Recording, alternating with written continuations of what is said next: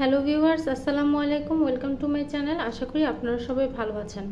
আজকে আমি রান্না করব মুরগির মাংসের তরকারি। তো মুরগির মাংসটা আমি হাতে মাখিয়ে তারপরে বসাবো। তো এই জন্য আমি একটা পেঁয়াজ, দুইটা কাঁচামরিচ দিয়ে ভালো করে ব্লেন্ড করে নিয়েছি।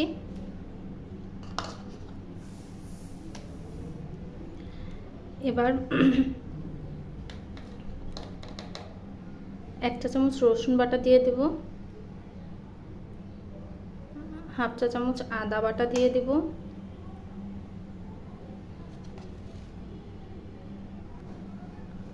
স্বাদ মতন লবণ, পেঁয়াজ কুচি, পরিমাণ মতন পেঁয়াজ কুচি দিয়ে দেব।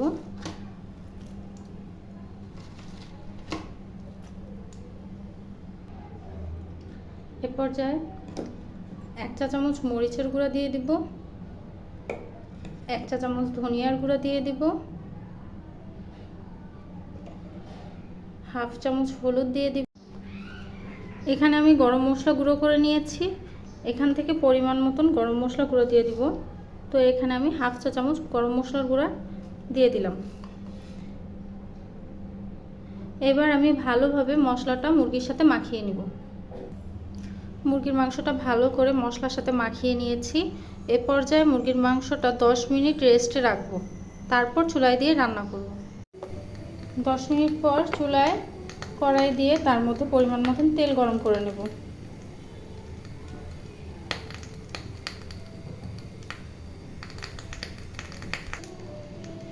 তেল গরম হয়ে এসেছে, এবার এই ম্যারিনেট করা মুরগির মাংসগুলো গরম তেলের উপরে দিয়ে দেব।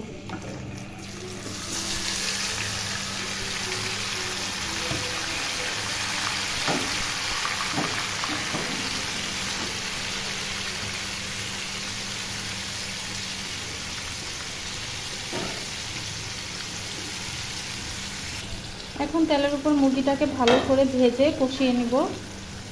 5 মিনিটের জন্য ঢাকনা দিয়ে ঢেকে দেব।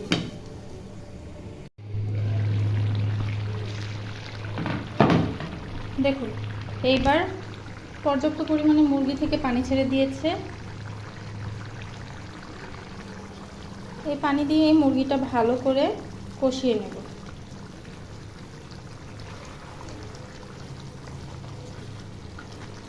যতক্ষণ না পর্যন্ত ভালো করে কষানো হচ্ছে, আবারও ঢাকনা দিয়ে ঢেকে দেব 5 মিনিটের জন্য।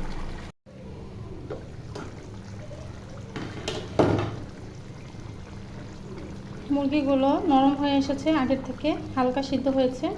এখন এর মধ্যে কেটে রাখা আলুগুলো দিয়ে দেব, দিয়ে ভালো করে কষিয়ে নেব মুরগির সাথে আলুগুলো।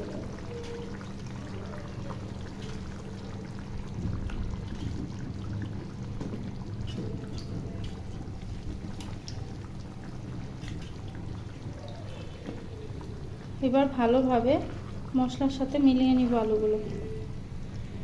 মশলার সাথে আলুগুলো ভালোভাবে নেড়ে মিশিয়ে নিয়েছি।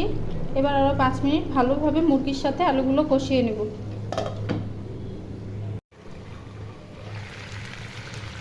মাংসের সাথে আলু ভালোভাবে কষানো হয়ে গেছে। এখন আমি কড়াইটা চেঞ্জ করে নেব, কারণ এই কড়াইতে ঝোল দিলে তরকারির পরিমাণ বেশি হয়ে যাবে।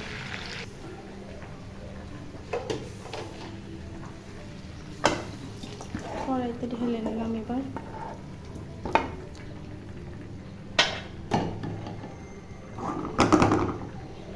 এবার ঝোলের জন্য পরিমাণ মতন পানি দিয়ে দেব।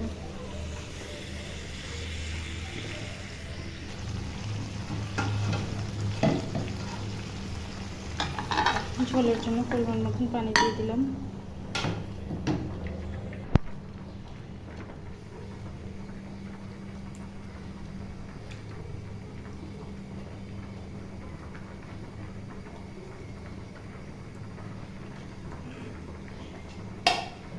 দশ মিনিটের জন্য ঢাকনা দিয়ে ঢেকে দেবো।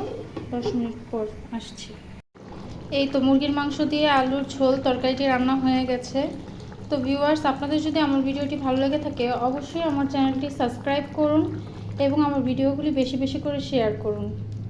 আজকে এই পর্যন্তই, আবার দেখা হবে অন্য কোনো সময় অন্য কোনো ভিডিওর সাথে।